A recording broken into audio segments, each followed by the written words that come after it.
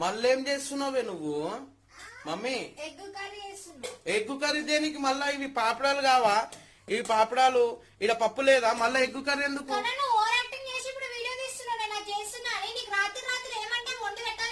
ఏం వండి పెట్టినావు?